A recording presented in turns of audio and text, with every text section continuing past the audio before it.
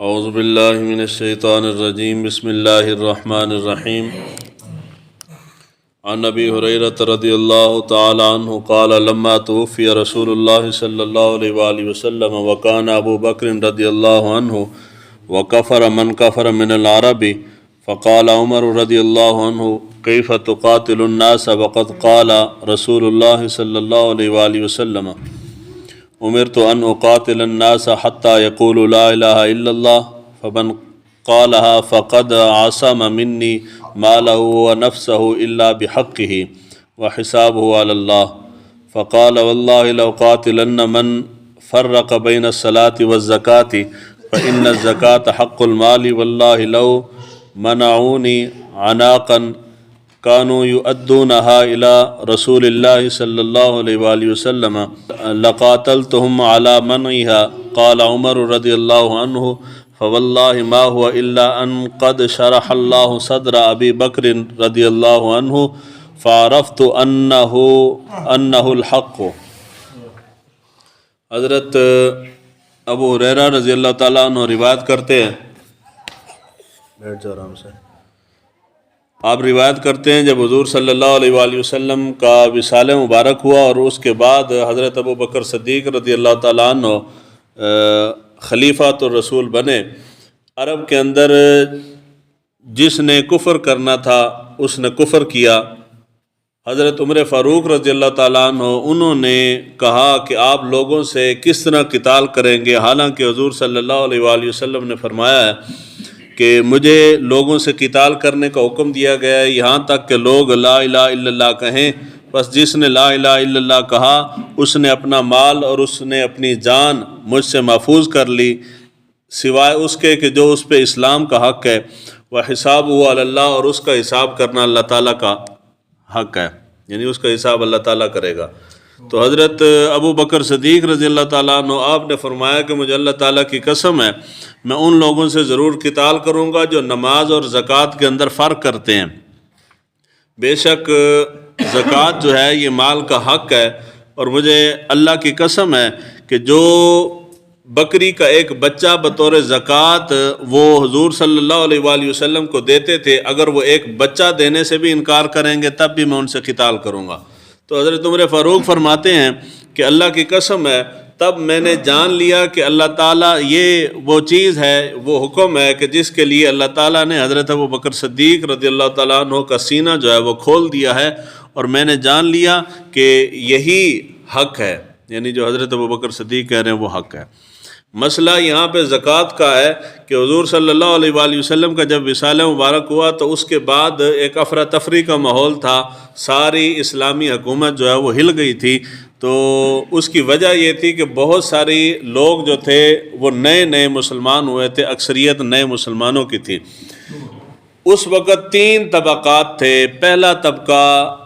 وہ تھا جنہوں نے حضور صلی اللہ علیہ وآلہ وسلم کی نبوت کا انکار کیا۔ ان کے اندر 2 لوگ تھے، ایک مسیلمہ کذاب تھا، یہ بنو حنیفہ میں سے تھا، اور تیسرا اسود انسی، یہ یمن کا رہنے والا تھا۔ ان دونوں نے نبوت کا دعویٰ کیا، یہ اور ان کے ماننے والے بہت زیادہ بڑی تعداد میں تھے۔ انہوں نے نبوت کا دعویٰ کیا اور بہت بڑا طبقہ ان کے ساتھ شامل ہو گیا۔ ایک طبقہ یہ تھا، یعنی یہ نبوت کے انکاری تھے۔ دوسرا طبقہ وہ تھا کہ جو نیا مسلمان ہوا تھا جب حضور صلی اللہ علیہ وآلہ وسلم کے وصال مبارک ہوا تو وہ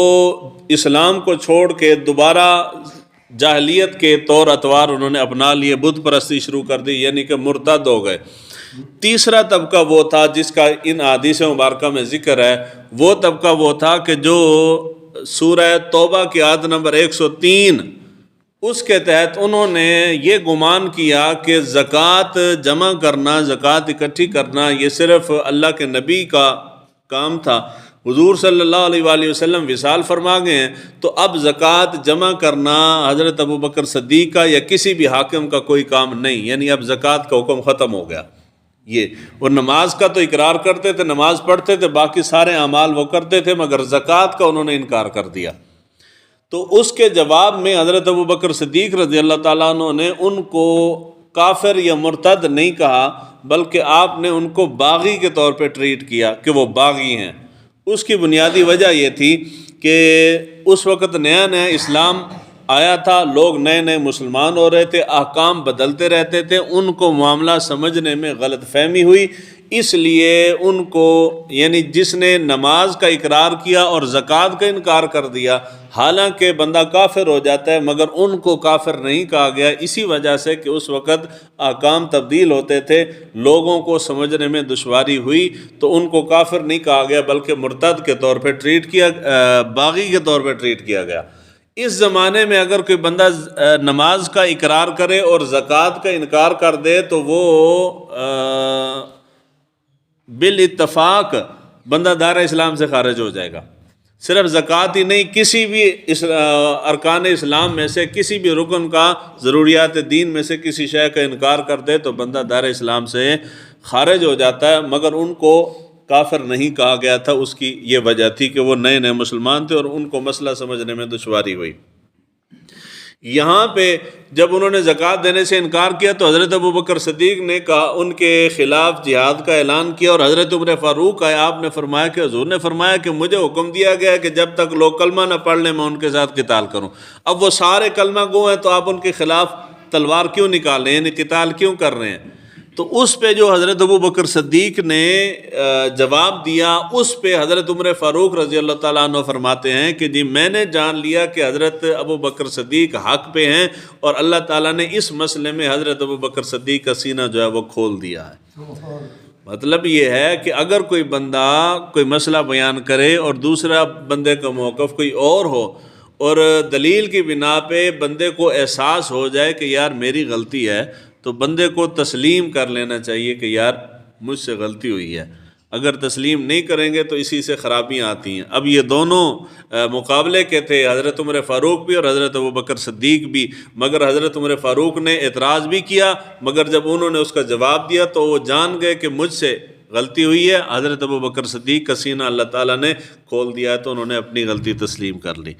اللہ تعالیٰ ہمیں دین کو سیکھنے سمجھنے کی توفیق عطا